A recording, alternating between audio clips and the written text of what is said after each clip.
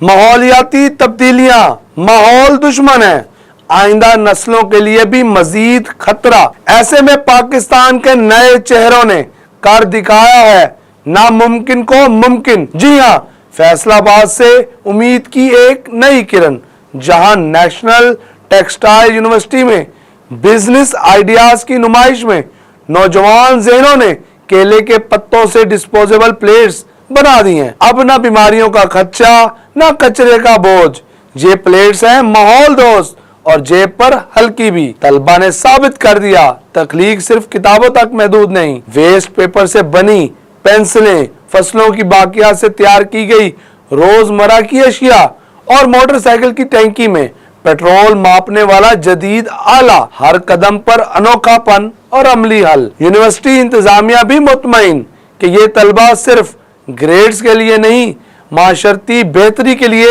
سوچ رہے ہیں اور کچھ کر بھی رہے ہیں۔